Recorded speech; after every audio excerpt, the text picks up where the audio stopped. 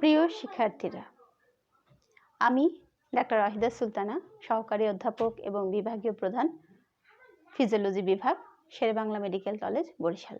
তোমাদের সবাইকে আমন্ত্রণ জানাচ্ছি আমার এই সহজ সরল বাংলা ভাষায় ফিজিওলজি শিক্ষার ক্লাস, ফিজিওলজির গল্পকথায়। আমরা আজকে জেনারেল ফিজিওলজির একেবারে প্রথম যে বিষয় হোমিওস্ট্যাসিস, সেটা নিয়ে এবং ফিডব্যাক, এই বিষয়গুলো নিয়ে একটু কথা বলবো। হোমিওস্ট্যাসিস কি জিনিস?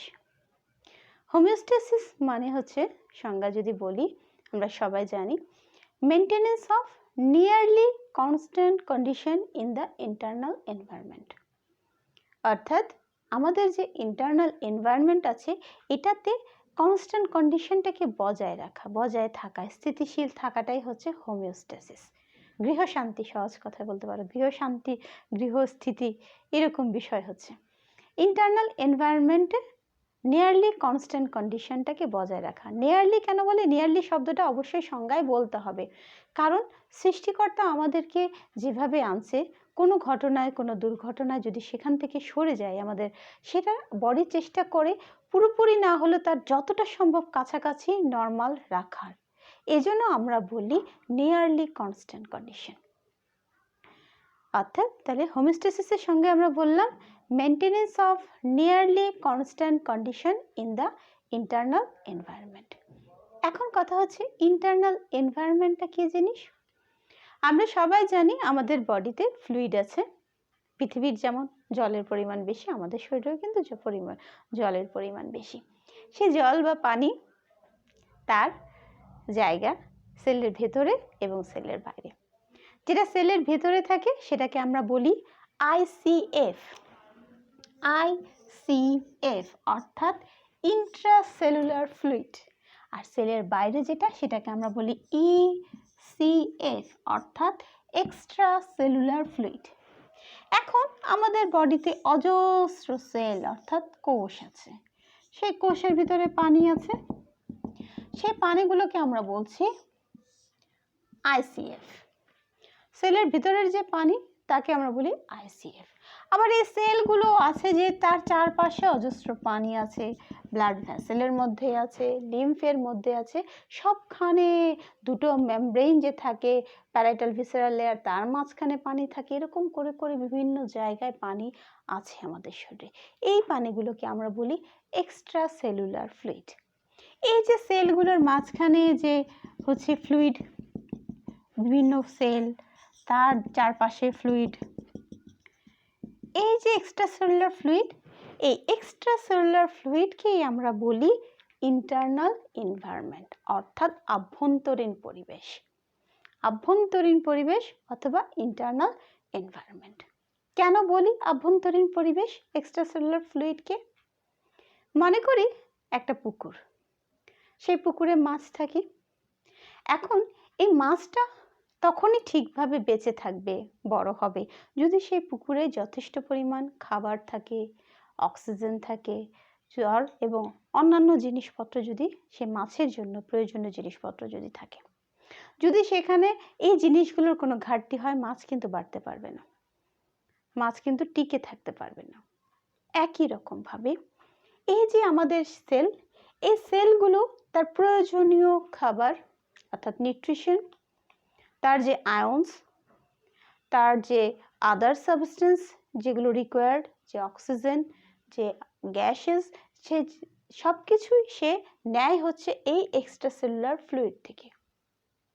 আবার সেলের ভিতরে মেটাবলিজম হচ্ছে, সেই মেটাবলিজমের মাধ্যমে তৈরি হচ্ছে এনার্জি এবং কিছু প্রোডাক্ট, যে প্রোডাক্টগুলো যেমন কার্বন ডাইঅক্সাইড, যেগুলো হচ্ছে সেলের জন্য দরকার নেই, সেল এগুলো ধরে রাখতে পারে না, সেল এগুলো এই ওয়েস্ট প্রোডাক্টগুলো ছেড়ে দিবে।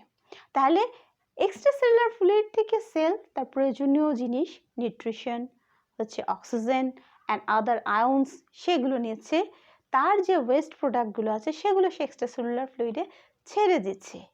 তাহলে সেলকে যদি বেঁচে থাকতে হয়, সেলকে যদি তার ঠিক মতো কাজ করতে হয়, এক্সট্রাসেলুলার ফ্লুইডের কনসেন্ট্রেশন, ঠিক আছে, কম্পোজিশন, এই সবগুলো ঠিক রাখতে হবে।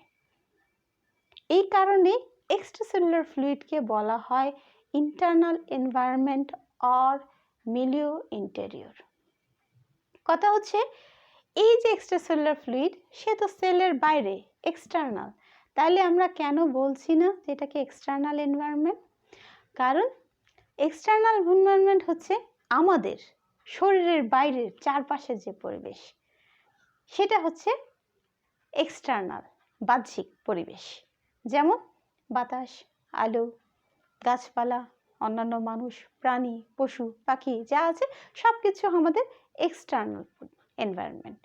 আর আমাদের বডির ভেতরে এই যে এক্সট্রাসেলুলার ফ্লুইড সেলের জন্য একটা এনভায়রনমেন্ট তৈরি করে রাখছে, যেহেতু এটা সেলের আমাদের বডির ভেতরে, সেজন্য এটাকে বলা হয় ইন্টারনাল এনভায়রনমেন্ট। এখন এই যে ইন্টারনাল এনভায়রনমেন্ট, এই ইন্টারনাল এনভায়রনমেন্টকে কন্ট্রোল করবে, অর্থাৎ এক্সট্রাসেলুলার ফ্লুইডের যে বলেছি যে নর্মাল অবস্থাটাকে স্ট্যাটিক রাখার জন্য দুটো সিস্টেম কাজ করে। এই সিস্টেম দুটোকে আমরা বলি নার্ভাস সিস্টেম এবং এন্ডোক্রাইন সিস্টেম। অর্থাৎ নার্ভাস সিস্টেম এবং এন্ডোক্রাইন সিস্টেম, এই দুটো সিস্টেমের মাধ্যমে হচ্ছে এই হোমিওস্ট্যাসিস মেনটেইন হচ্ছে। এই যে নার্ভাস সিস্টেম এবং এন্ডোক্রাইন সিস্টেম, এই দুটো সিস্টেম একটা মেকানিজমের মাধ্যমে এই হোমিওস্ট্যাসিসটা মেনটেন করে। সেই মেকানিজমটার নাম হচ্ছে ফিডব্যাক মেকানিজম। ফিডব্যাক মেকানিজম কি? একটা কাজের যে আরেকটা ইফেক্ট, সেই ইফেক্টটা সেই কাজকে গতিকে বাড়াতে পারে অথবা গতিকে কমাতে পারে। সেই কাজের ইফেক্ট অর্থাৎ ফিডব্যাককে জন্য দুভাগে ভাগ করে, একটা হচ্ছে পজিটিভ ফিডব্যাক মেকানিজম, আরেকটা হচ্ছে negative feedback mechanism. Positive feedback mechanism এবং নেগেটিভ ফিডব্যাক মেকানিজম।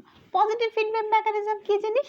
একটা কাজ যখন আরেকটাকে বাড়িয়ে দিবে, আরেকটাকে এইভাবে যখন কোনো কাজের গতিকে ইনফ্লুয়েন্স করে অনেক বেশি বাড়িয়ে ফেলা হবে, সেটা হচ্ছে পজিটিভ ফিডব্যাক মেকানিজম। আর যখন একটা আরেকটাকে ইনহিবিট করবে, কমিয়ে দিবে কাজটা, তখন সেটাকে বলা হয় negative feedback mechanism. Positive feedback mechanism example কি? পজিটিভ ফিডব্যাক মেকানিজমের এক্সাম্পল হচ্ছে পজিটিভ ফিডব্যাক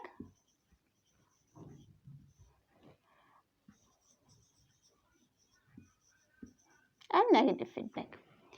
পজিটিভ ফিডব্যাকের এক্সাম্পল কি? পজিটিভ ফিডব্যাকের এক্সাম্পল হচ্ছে blood clotting, child birth or labour parturition, and 3 নম্বর হচ্ছে nerve impulse, generation of nerve impulse. তাহলে পজিটিভ ফিডব্যাকের এক্সাম্পল আর কি বললাম? এক্সাম্পল হচ্ছে ফার্স্টে হচ্ছে ব্লাড ক্লটিং, সেকেন্ড হচ্ছে child birth or parturition, and third হচ্ছে generation of the nerve impulse. Positive feedback কিভাবে কাজ করছে ব্লাড ক্লটিংয়ে? ব্লাড ক্লটিং পড়তে গেলে আমরা দেখব ব্লাড কোয়াগুলেশন হওয়ার পরে সময় বিভিন্ন ধাপে ধাপে একটা ফ্যাক্টর, ক্লটিংয়ের ফ্যাক্টর আরেকটাকে স্টিমুলেশন করছে, সেটা আরেকটাকে স্টিমুলেশন করছে, ধীরে ধীরে ক্লটিংয়ের ইফেক্টটাকে অনেক বেশি বাড়িয়ে দিয়ে ব্লাডটাকে ক্লট করা হচ্ছে। সেই জন্য এটা হচ্ছে ব্লাড ক্লটিং হচ্ছে পজিটিভ ফিডব্যাকের একটা এক্সাম্পল। একই রকমভাবে চাইল্ড বার্থের ক্ষেত্রে হচ্ছে পার্চুরেশনে হচ্ছে পজিটিভ ফিডব্যাক হয়। যখন লেবার শুরু হয়, একটা বাচ্চা যখন হচ্ছে ডেলিভারি হতে থাকে, হেড যখন সার্ভিক্সে হচ্ছে ধাক্কা দেবে, সার্ভিক্সটা ডাইলেটেড হয়, সার্ভিক্সটা ডাইলেটেড স্টিমুলেটেড হবে, স্টিমুলেটেড হয়ে সে সিগন্যাল পাঠাবে হচ্ছে ইউটেরাসের বডিতে। এই স্টিমুলেশন সিগন্যাল কিন্তু চলে যায় হচ্ছে পিটুইটারিতে, পোস্টেরিয়র পিটুইটারি থেকে অক্সিটোসিন বের হবে, সে এসে আবার কাজ করবে হচ্ছে বডি অফ দ্য ইউটেরাসে, ইউটেরাসের কন্ট্রাকশন বাড়বে, কন্ট্রাকশন বাড়ার ফলে হেডটা আরেকটু নামবে, আরেকটু নামার ফলে সার্ভিক্সটা আরেকটু ডাইলেটেড হবে, সার্ভিক্স আরও স্টিমুলেশন হবে, স্টিমুলেশন আবার পাঠাবে, এইভাবে চলতেই থাকবে, স্টিমুলেশন বাড়তেই থাকে, ইউটেরাসের কন্ট্রাকশন বাড়তে থাকে যতক্ষণ পর্যন্ত না পুরো বেবি হচ্ছে ডেলিভার হয়। এটা হচ্ছে example of positive feedback mechanism. Negative feedback mechanism কি? আমাদের বডির অধিকাংশ কাজই হচ্ছে নেগেটিভ ফিডব্যাক মেকানিজমের মাধ্যমে হয়। আমাদের ব্লাড প্রেশার কন্ট্রোল করা, আমাদের অ্যাসিড বেস ব্যালেন্স কন্ট্রোল করা, হরমোন রেগুলেশন করা, সব কিছুই হচ্ছে নেগেটিভ ফিডব্যাক মেকানিজম। এবং আমাদের বডির যেটা বললাম অধিকাংশ কাজই হয় নেগেটিভ ফিডব্যাক মেকানিজমের মাধ্যমে। কেন হয়? পজিটিভ ফিডব্যাকের মাধ্যমে করতে পারি না কেন? কারণ পজিটিভ ফিডব্যাক মেকানিজম কখনো কখনো আমাদের জন্য মঙ্গলের চেয়ে ক্ষতি করতে পারে বেশি। এটাকে বলা হয় vicious cycle. Positive feedback mechanism মাঝে মাঝে আমাদের বডিতে ভিসিয়াস সাইকেল করে দিতে পারে, যার ফলে আমাদের ক্ষতি করতে পারে, এমনকি কখনো মৃত্যুও ঘটতে পারে। যেমন কোনো একটা লোক অ্যাক্সিডেন্ট করলো, আমরা জানি যে আমাদের শরীরে 5 থেকে 6 লিটার ব্লাড থাকে। মনে করি তার 2 লিটার ব্লাড হচ্ছে চলে গেল, 5 লিটার ব্লাড থেকে 2 লিটার ব্লাড চলে গেল, ব্লাড কমে গেল। হার্ট যে পাম্প করছে তার নিজের একটা ব্লাড সাপ্লাই আছে, সেই ব্লাড সাপ্লাই কিন্তু কমে গেছে। এদিকে ব্লাড সাপ্লাই কমে যাওয়ার ফলে ব্লাডের হচ্ছে হার্টের হচ্ছে নিউট্রিশন কমে যাচ্ছে, তার ফলে হার্টের কিন্তু পাওয়ার কমে যাচ্ছে। আবার এই যে ব্লাড যে তার এসে পাম্প করছে দুর্বলভাবে, এই যে ব্লাড কম যাচ্ছে, এদিকে কিন্তু ব্লাড প্রেশারও ফল করছে। প্রেশার ফল করার কারণেও কিন্তু হার্ট আবার হচ্ছে তার হচ্ছে নিউট্রিশনটা আবার কম পাচ্ছে, কারণ হার্ট প্রেশার ফলের জন্য হচ্ছে আবার হার্টে হচ্ছে ব্লাড কম যাচ্ছে, আরও বেশি নিউট্রিশনাল ফল্ট হচ্ছে, আরও বেশি পাওয়ার কমে যাচ্ছে। এটা চলতে থাকে, একসময় হার্ট তার পাম্প করার ক্ষমতা আর থাকে না, ফলে হার্ট স্টপ হয়ে যায়, অর্থাৎ সেই পার্সনের হচ্ছে মৃত্যু হওয়ার সম্ভাবনা থাকে। এই কারণে বলা হয়ে থাকে positive feedback mechanism can be harmful for the body, sometimes can be harmful for the body because it causes vicious cycle.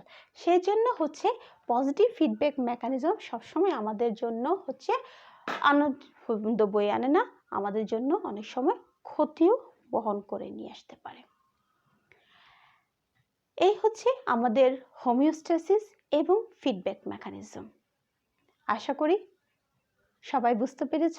যদি কোনো সমস্যা থাকে অথবা কিছু জানার থাকে তাহলে অবশ্যই জানাবে, চ্যানেলে কমেন্ট বক্সে লিখবে, আর পরবর্তীতে আমরা মেমব্রেন ট্রান্সপোর্ট পড়ব, মেমব্রেন ট্রান্সপোর্ট নিয়ে আলোচনা করব, সেটা দেখার জন্য আমন্ত্রণ রইল। সবাই ভালো থেকো, খোদা হাফেজ।